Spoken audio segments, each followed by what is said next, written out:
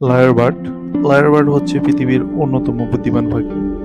বুদ্ধিমান বলছি এই জন্য, কারণ এই পাখিগুলো এর আশেপাশের যা শব্দ শুনে মানুষ, কোনো যন্ত্রপাতি বা গাড়ির হুইসেল বা বাচ্চার কান্না যাই শুনুক, এই পাখিগুলো এগুলো কপি করতে পারে।